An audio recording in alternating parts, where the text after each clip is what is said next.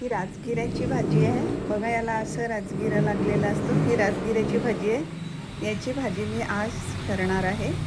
तर मी तोडत आहे. पानं तोडून घ्यायचे आणि नंतर कांदे मिरची टाकून भाजी करायची. राजगिऱ्याची भाजी करत आहे. ते काल मी तुम्हाला म्हणजे ते दाखवलेली होती. आता ते पानं तोडले, धुतले आणि थोडे बारीक चिरून ठेवलेले. खूप बारीक चिरायची नाही कारण याला पाणी खूप सुटतं. नंतर हे 2 मोठे कांदे चिरलेले आहेत, ते असे लांबोळके मोठे चिरलेले आहेत.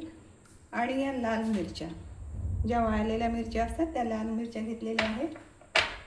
आणि मीठ. ही भाजी पौष्टिक असते आणि खायला चविष्ट असते. लाल मिरच्यांनी केल्यामुळे ती जास्ती चविष्ट असते. ठीक. पातेलं गरम करायला ठेवलेलं आहे. त्यामध्ये मी या चमच्याने 2-2.5 चम्मच तेल टाकलेलं आहे. ही भाजी रोज आणि प्रत्येक वेळेस मिळेल असं नाही, एखाद्या वेळेसच मध्ये मध्ये मिळत असते. पावसाळ्यामध्ये मिळत असते ही भाजी. तेल तापलेलं आहे. मी लाल मिरच्या ज्या आपल्या वाळलेल्या होत्या त्या टाकत आहे ह्याच्यामध्ये.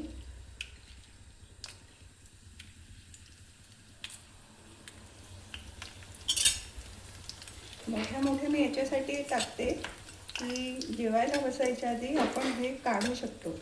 ज्यांना खायचं नसते ते काढून घेतात, म्हणून मी मोठ्या टाकत असते.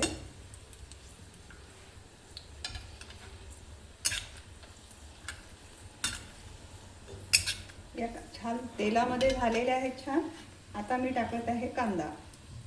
कांदे जे चिरलेले आहे, मोठे 2 कांदे चिरलेले आहेत ते टाकत आहे.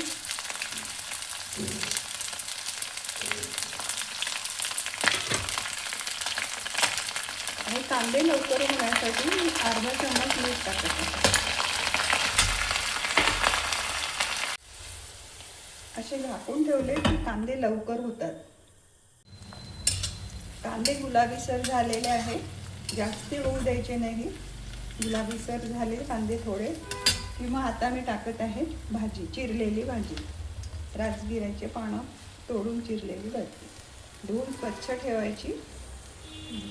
कांदे चिरताना नेहमी 2 भाग करून पाण्यात टाकायचे, म्हणजे आपल्या डोळ्याला पाणी येत नाही आणि कांद्याचा वास पण येत नाही. भाजी ही एवढी मोठी दिसत असली तरी ती शिजताना चिमून जाते.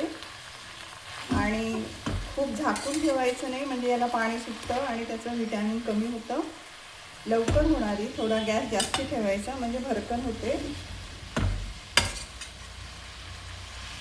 हेल्दी अशी राजगिऱ्याच्या पानांची भाजी लवकर होते. थोडं मीठ मी कांद्यात टाकलेलं होतं, आता थोडं मीठ याच्यात टाकायचं भाजीमध्ये. आणि झाकून न ठेवता खूप कमी पण गॅस नको आणि जास्ती पण नको, मीडियम गॅसवरती होऊ द्यायचं, म्हणजे खूप पाणी सुटत नाही आणि लवकर शिजते. अशी ही राजगिऱ्याच्या पानांची भाजी छान झालेली आहे. आणि मोठ्या मिरच्या टाकल्यामुळे ती काढून घेता येते. अशी ही टेस्टी भाजी झालेली आहे. तुम्ही सुद्धा करून बघा, तुम्हाला पण आवडेल.